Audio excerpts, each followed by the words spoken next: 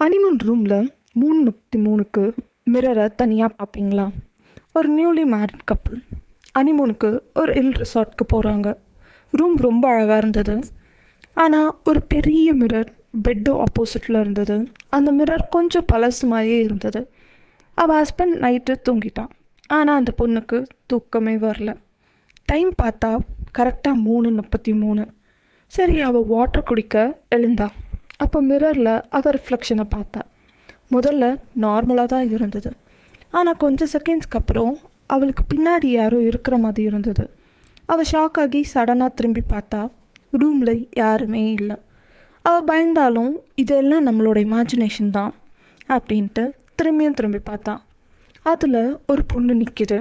Long hair, face தெரியல. அவள் கத்த ட்ரை பண்ணாலும் வாய்ஸே வரல. அந்த உருவத்தும் ஸ்லோவாக அவள் பக்கம் நடக்க ஆரம்பிச்சுது. அப்போது பெட்டில் தூங்கிட்டு இருந்த ஹஸ்பண்ட் சடனாக எழுந்து சொன்னான், என்னாச்சு?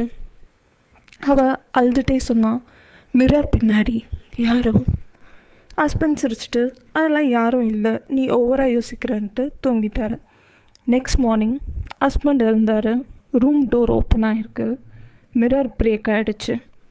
ஆனால் அவளோட ஒய்ஃபை காணோம்.